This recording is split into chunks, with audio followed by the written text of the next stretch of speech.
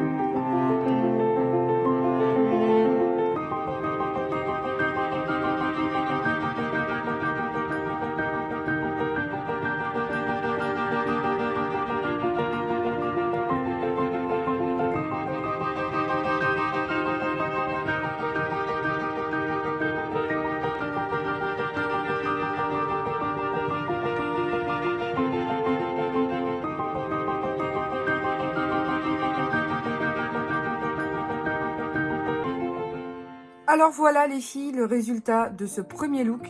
J'espère qu'il vous plaît et on attaque tout de suite le deuxième.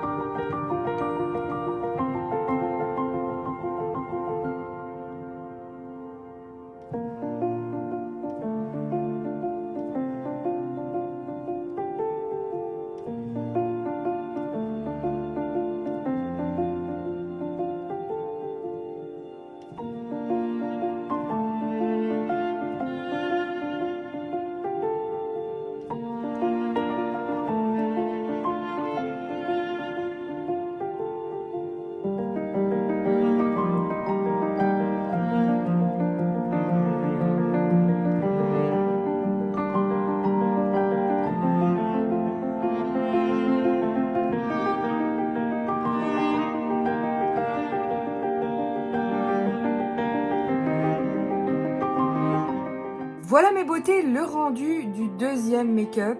Je me suis lâchée, hein. Liner et paillettes, je trouve que c'est juste sublime. L'un comme l'autre sont complètement différents, mais alors j'adore. Et du coup, on va passer aux lèvres. Et je viens de recevoir un combo de chez Sephora.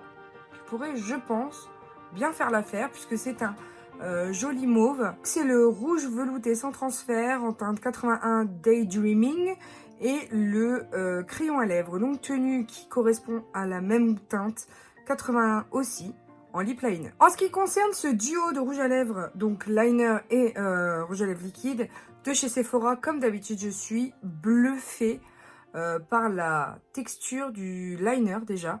Il est extrêmement crémeux, super pigmenté, il glisse tout seul.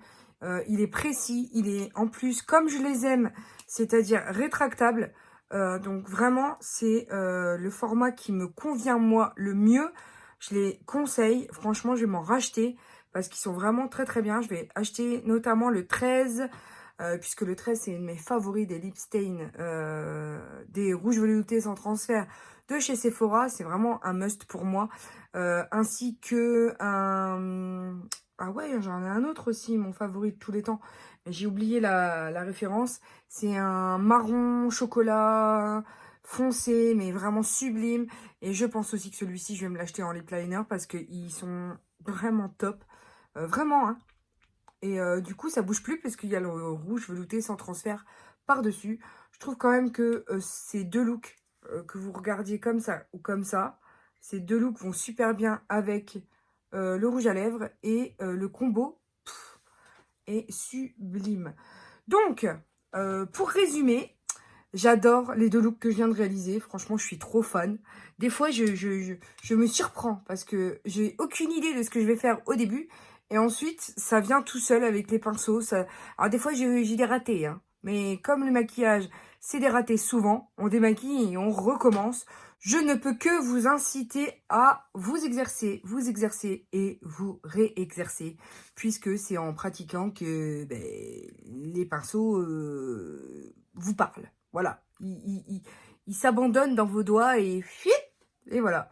Et là, tu te dis, dis donc, voilà la tête que j'ai au matin. Bref, vous aurez compris que pour une fois que je suis contente de moi, bah, c'était à mentionner.